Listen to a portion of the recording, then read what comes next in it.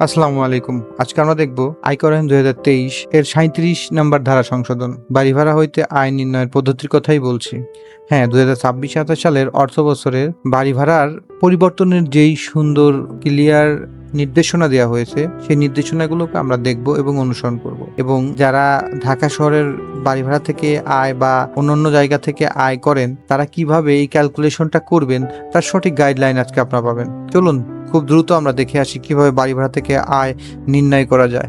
বাড়ি ভাড়া থেকে আয়ের মোট দুইটা ধাপ এখানে ২০২৬-২৭ সালে অর্থ আইনে দেওয়া হয়েছে। প্রথম ধাপ হচ্ছে মোট বাড়ি ভাড়ার মূল্য নির্ণয়, আর দ্বিতীয় ধাপ হচ্ছে বাড়ি ভাড়ার মূল্য নির্ণয় হইতেই আয় নিরূপণ করা। দ্যাট মিনস ভাড়া হইতে আয় কিভাবে নিরূপণ করব। সো আমরা মোট ভাড়া মূল্য নির্ণয় এটা করব কিভাবে?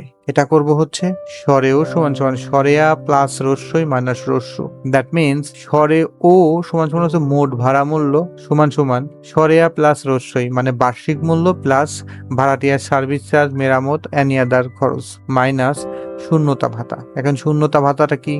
শূন্যতা ভাতা হলো আপনি ১২ মাসে দেখা যাচ্ছে যে কেউ ১২ মাসই ভাড়াটিয়া থাকেনি, যেই মাসটা বা যে মাসগুলো ভাড়াটিয়া ওঠেনি সেগুলোকে রস্যু বা শূন্যতা ভাতা হিসেবে কাউন্ট করা হয়, আর এটা মাইনাস করা হয়। আর শূন্যতা ভাতা বা বাড়ি ভাড়ার জন্য যে ২টা মাস আমার গ্যাপ গিয়েছে, বাড়ি ভাড়া হয়নি, তার প্রুভমেন্ট হিসেবে বিদ্যুৎ বিল উপস্থাপন করতে হবে।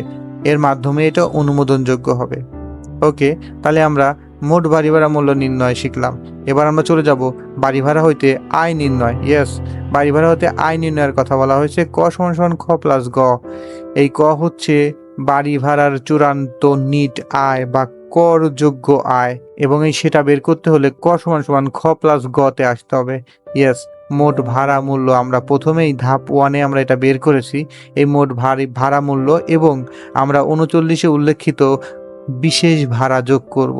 তাহলে মোট ভাড়া মূল্য প্লাস বিশেষ ভাড়া, তাহলে আমাদের এই দুইটা যোগ করার ফলেই চলে আসে যে চূড়ান্ত ভাড়া হইতে আয় নির্ণয়। সো আমরা এখানে যে আলোচনাটা করলাম সেই আলোচনায় এটা স্পষ্ট যে ভাড়া নির্ণয় করতে হলে অবশ্যই চূড়ান্ত বা নিট আয় বা করযোগ্য আয় বের করতে হলে মোট ভাড়া মূল্য এবং বিশেষ ভাড়া যোগ করতে হবে।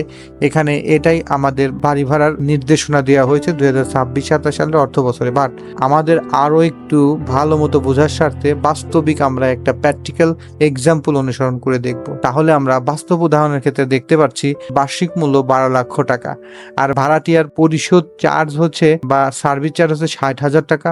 শূন্যতা ভাতা আমরা আগেই বলেছি শূন্যতা ভাতা কি ১ লাখ টাকা, আর বিশেষ আয় 0 টাকা। সো আমরা এখানে দেখতে পাচ্ছি যে আমরা ভাড়া মূল্য নির্ধারণ করব কিভাবে, প্রথমে সেটা আমরা দেখব। তাহলে ভাড়া মূল্য সরেও প্লাস রস্যই মাইনাস রস্যু, এটা কিভাবে আসলো? এটা আসলো হচ্ছে বার্ষিক মূল্য প্লাস ভাড়াটিয়ার যে সার্ভিস চার্জ সেটা যোগ মাইনাস শূন্যতা ভাতা। তাহলে ১২ লক্ষ টাকা প্লাস ৬০,০০০ টাকা মাইনাস শূন্যতা ভাতা ১ লাখ টাকা সমান সমান ১১,৬০,০০০ টাকা। ১১,৬০,০০০ টাকা। আমরা দেখতে পাচ্ছি যে আমাদের এখানে ১১,৬০,০০০ টাকা অলরেডি চলে এসেছে। ১১,৬০,০০০ টাকা আসার পরে আমরা লক্ষ্য করছি যে এটা আমাদের দ্বিতীয় ধাপ যেটা আছে সেটা বলা হয়েছে। এখানে দ্বিতীয় ধাপে কি বলা হয়েছে? ক সমান সমান খ প্লাস গ, মানে ভাড়া আয় নির্ণয় করা। আয় নির্ণয় করতে হলে তো আমরা জানি যে মোট ভাড়া প্লাস বিশেষ ভাড়া, এখানে সেটাই করা হচ্ছে। তাহলে মোট ভাড়া আমরা বের করেছি ১,৬০,০০০ টাকা, আর বিশেষ ভাড়া আমাদের এখানে নেই এই বছরে, 0 টাকা। তাহলে বার্ষিক ভাড়া হইতে আয় হবে আমাদের ১১,৬০,০০০ টাকা। ওকে, আমরা এই উদাহরণটা দেখার পরেও আমরা বুঝতে পারি যে আমাদের বিশেষ ভাড়া 0 টাকা, সেজন্য আমাদের যে ভাড়াটা আসছে সে ভাড়াটা। বাট আমরা যদি এখন থিঙ্কিং করি যে বিশেষ ভাড়া যোগ করে আমাদের বাড়ি ভাড়াটা আমরা অ্যাড করব, তখন আমাদের কি এক্সাম্পল দাঁড়াবে? আমরা তখন দ্বিতীয় উদাহরণে দেখতে পারবো যে বার্ষিক ভাড়া ৮,৪০,০০০ টাকা, ভাড়াটিয়া সার্ভিস চার্জ ৪৮,০০০ টাকা, শূন্যতা ভাড়া ৭০,০০০ টাকা, এবং বিশেষ আয় বা বিশেষ ভাড়া হতে যে আয়টা আসছে সেটা ৫০,০০০ টাকা। তাহলে আমরা ইজিলি ক্যালকুলেশন করতে পারবো। তাহলে আমাদের মোট যেই সরেও সমান সমান এখানে আমরা সুন্দরভাবে দেখতে পাচ্ছি বার্ষিক মূল্য প্লাস সার্ভিস চার্জ। বার্ষিক মূল্য এখানে ৮,৪০,০০০ টাকা, সার্ভিস চার্জ এখানে আছে ৪৮,০০০ টাকা, মাইনাস শূন্যতা ভাতা আছে ৭০,০০০ টাকা সমান ৮,১৮,০০০ টাকা। এখানে আমাদের ইজিলি ভাবে আমরা মানে বার্ষিক মূল্যটা বের করে নিলাম যে আমাদের ভাড়ার বার্ষিক মূল্য কত আসছে। এখন এটা থেকে আমরা কি বের করব? আমাদের আয়টা বের করব যে বছরে কত টাকা ভাড়া হতে আয় আসছে। সেই আয় আসার সূত্রটা আমরা এর আগে পড়ে আসলাম। ক = খ প্লাস গ। এটা পড়ে আসলাম। যার মানে হচ্ছে নিট আয় বা চূড়ান্ত বাড়ি ভাড়া হইতে আয় সমান মোট ভাড়া মূল্য প্লাস বিশেষ ভাড়া। এখন মোট ভাড়া মূল্য আমরা জানি যে মোট ভাড়া মূল্য হয়েছে ৮,১৮,০০০ টাকা এবং এ থেকে আমরা ৫০,০০০ টাকা বিশেষ ভাড়া থেকে আয় হয়েছে এটা আমরা যোগ করলে ৮,৬৮,০০০ টাকা আছে।